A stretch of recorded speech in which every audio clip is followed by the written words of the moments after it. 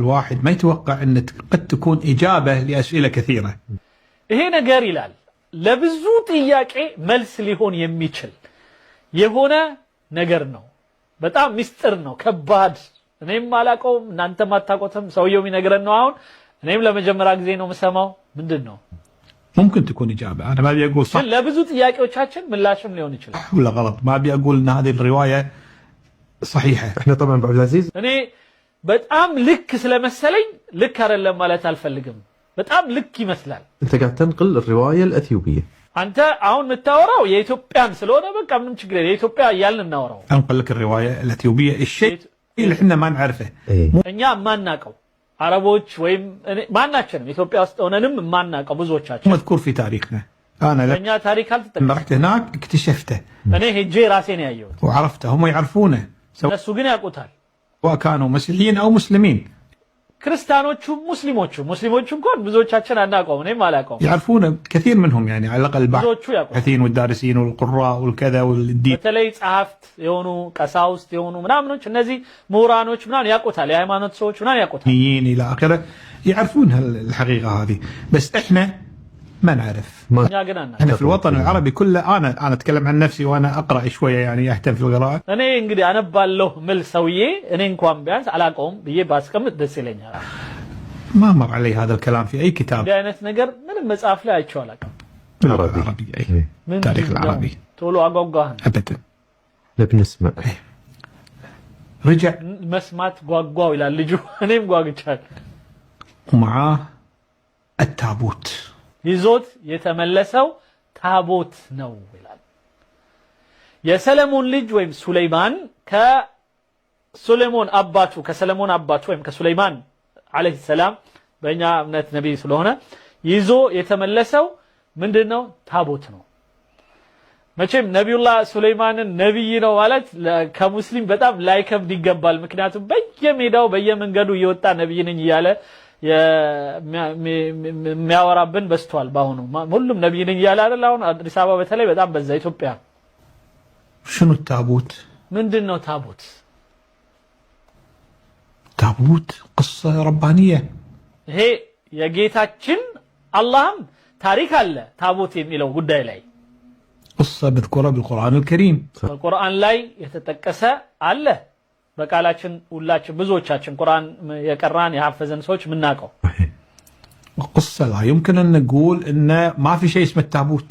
ታቦት የሚባል የለም የሚል አማኝ ሰው ሊኖር አይችልም ከእስልምናውም ከክርስቲያኑም። احنا نسميه تابوت العهد. እኛ የቃል ታቦት እንለዋለን። የሚስጥረ ታቦት ማለት ነው። ሚስጥር ውስጡ የያዘ ወይም ቃል ውስጡ ተጽፎ ያለበት የያዘ المسلمين.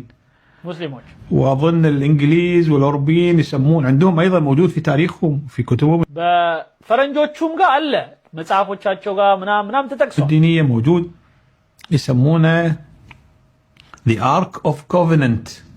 Ark of Covenant ይሉታል። وبالاثيوبي يسمونه التابوت. በኢትዮጵያ ግን ታቦት ነው የምንለው። በአረብኛው ታቡት ነው። ታቦትና ታቡት አንድ አይነት ነው። ብናወራው ስለ አንድ ጉዳይ ነው። باللغة الأثيوبية በኢትዮጵያ ቋንቋ وهو مذكور التابوت في القرآن. مذكور በቁርአን ላይ ታቦት ተጠቅሷል ይላል። እሱ ስም አያውቀውም ማለት ነው። ኦኬ አለ። الآية تقول التابوت ቁርአን ላይ فيه سكينة من فيه سكينة መረጋጋትን የሚሰጥ ማለትም ውስጡ እርጋታ ያለው መልእክት ያለበት ربكم ከጌታችሁ የመጣ وبقية مما ترك آل موسى وآل هارون. የሙሳ ቤተሰቦችና የሃሩን ቤተሰቦች ሲዋረድ በውርስ የመጣ ይላል ቁርአኑ ላይ። تحمله الملائكة. መላእክቶች የሚሸከሙት የሆነ ወይም መልአኮች إذن التابوت حقيقة. ስለዚህ ታቡት የሚለው እውነታ ነው حسب الرواية القرآنية. በቁርአኑ መሰረት حقيقة ما نشك فيها. ምንም የምንጠራጠረው ነገር አይደለም ታቡት የሚለው ነገር። وهذا التابوت فيه مثل ما ذكرت الآية سكينة فيه سكينة فيه سكينة. شنو السكينة؟ شلون تفسرها؟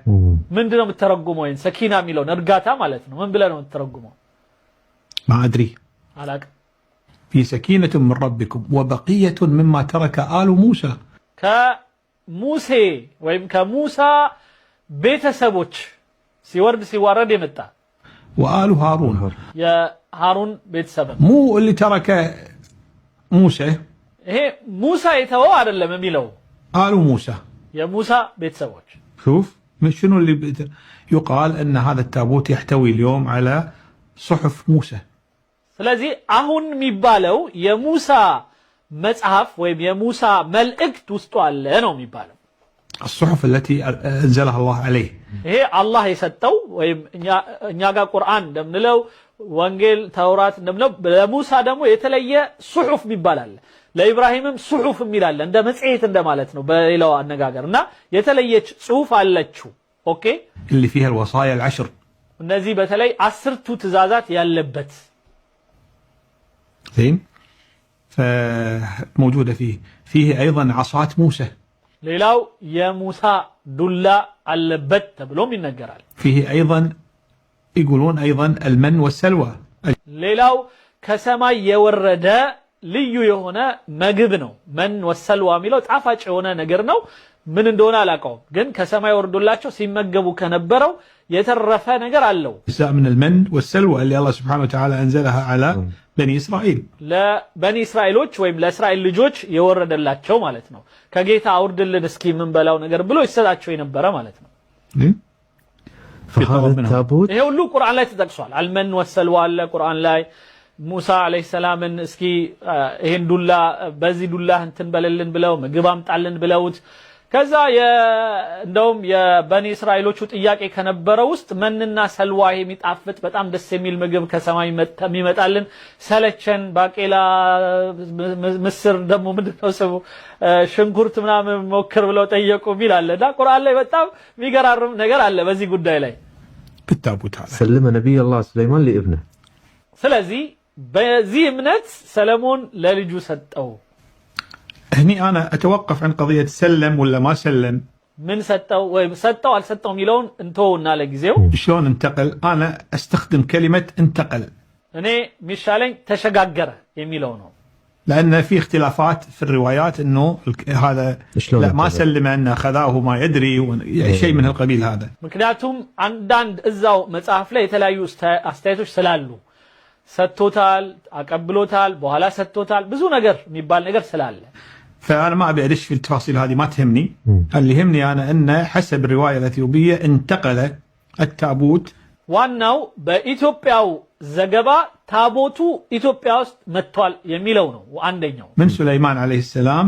كسلمون جزء جنبه إلى ابنه منيليك اللي ملك ابن ملك نو ميلو ابن ملك نو منيليك يميلو ابن ملك منيليك ابن الملك ابن الملك يميلو يا عربيኛው ነው قالوا ابن الملك የመሊኩ ልጅ የንጉሱ ልጅ ማለት ነው ትርጉሙ ስለዚህ ابن الملك ملك منيليك واو ይገርም ነው منيليك الاول የመጀመሪያው منيليك ምክንያቱም منيليك الثاني ሁለተኛው منيليك አለን ዳግማዊ منيليك የሚባሉት ይሄ መጨረሻ ላይ የምናውቃቸው ነው ከሱ በፊት የነበረው منيليك ሌላ ነው ابن الملك የሚባለው የመሊኩ ልጅ የሚባለው وخذا الى مدينة أكسوم ودا أكسوم الإمبراطورية